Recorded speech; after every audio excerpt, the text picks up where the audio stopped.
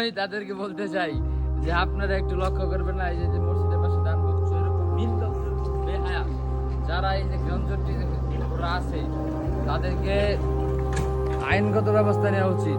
এই যে দেখেন আপনারা কি অবস্থা করছে এই ছেঁচড়া বাটপার, তাদের বাবা মার সমস্যা আছে যে মসজিদ কিভাবে টাচ করতে পারে, হয়তো মাঝে পকেট মার করতে পারে, চুরি করতে পারে, কিন্তু তারা এই মসজিদের ভিতরে এসে হাত দেয়। তাদের যদি জন্মের ঠিক থাকতো আমি বলতে চাই তারা কখনো এই কাজটা করতো না। আর এই যে গানচট্টি যারা আছেন আপনারা যদি এই ভিডিওটা আপনাদের সামনে পড়া থাকে, এই কথার অনুরোধে আপনাদের পরিবর্তন হয়ে যাবে। এই কাজ যেন আপনারা ভুলেও এই মসজিদ ব্যতীত অন্য কোনো মসজিদে যেন না করেন। আগামী দুইবার এই তালা ভেঙে নিয়ে গেছে। তালা আগে বড় ছিল এরকম, তালা ভেঙে নিয়ে গেছে। তখন এই যে এরকম করে বাড়ি দিচ্ছে, কান বক্স একবারে মাঝখান নষ্ট করে ফেলছে একবারে।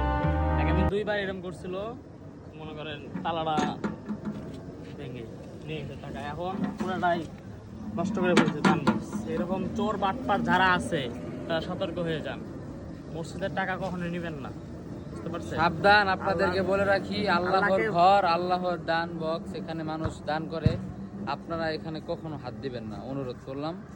ভালো থাকবেন, সুস্থ থাকবেন। আসসালামু আলাইকুম।